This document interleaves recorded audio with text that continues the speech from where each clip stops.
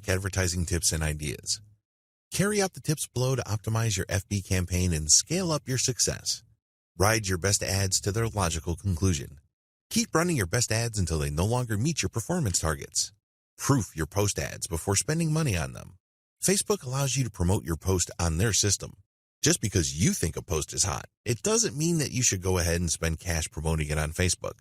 Do yourself a big favor and post it on your timeline and see how many shares, comments, reactions, and other engagements you get. If it looks like a winner because it's so well received, then you should spend money on it.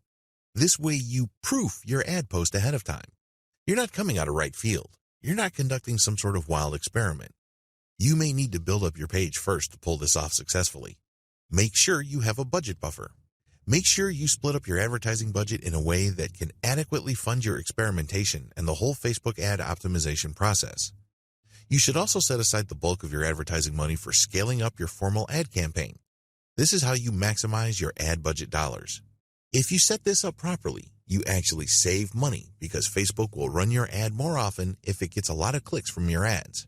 Before you give up on an ad set, give it one more try. If you failed many times, you have to keep trying many times. Well, if you're sure that your ad campaign is a bust, despite its initial success, take a look at the big picture. In the beginning, your ads may have been doing really well because you picked the right image. Your ads were getting the right attention. The problem is, there is such a thing as banner blindness. When consumers keep seeing the same banner over and over again, they reach a point where they no longer see it. That's right, it's as if your banner doesn't exist. This may be the case. If you look at your ad's performance and it was doing really well in terms of ROI in the beginning, and then all of a sudden it starts to drift down and eventually it drops off a cliff, you might want to change the image associated to your ad to cure banner blindness.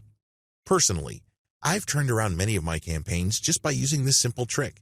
It seems basic, it even seems obvious, but it's very effective. Always test your ads in context. It's very easy to just test and optimize an ad based on the same ad's performance. For example, if you're running your first ad, it's very easy to do this because you can see which of the ad variations is doing really well. But when you do this, you're just comparing the ad against its own performance.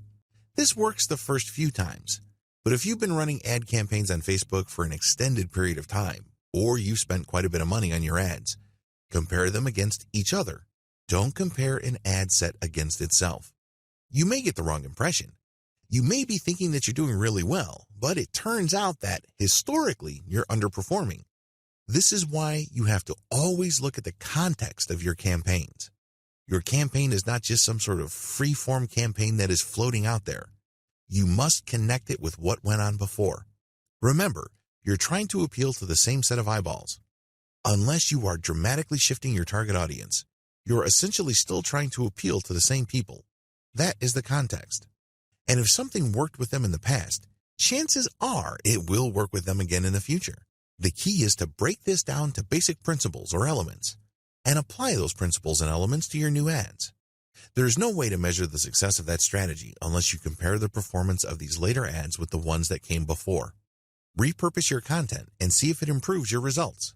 You may think that you're doing really well with post ads or picture ads, but you shouldn't leave any money on the table. What I mean by this is that if there is a format that converts better, there's really no reason why you shouldn't take a chance at presenting those type of ads. If your post ads are doing really well, why not turn them into a video? Create a video and run a video ad campaign. You may be in for quite a bit of a shock. It may well turn out that your otherwise stellar performance using text ads will suddenly go through the roof if presented in video form. Of course, you shouldn't adopt a one-time big-time mindset when repurposing or presenting content in a different format. Don't think that just because you converted your most popular and most effective ad content into a video and it failed, then that is the end of the story. No, you might just have created a wrong video. Maybe you just picked the wrong snippet. The key here is to use the optimization process that I have taught you in other parts of this training and apply them to your ads, regardless of its format.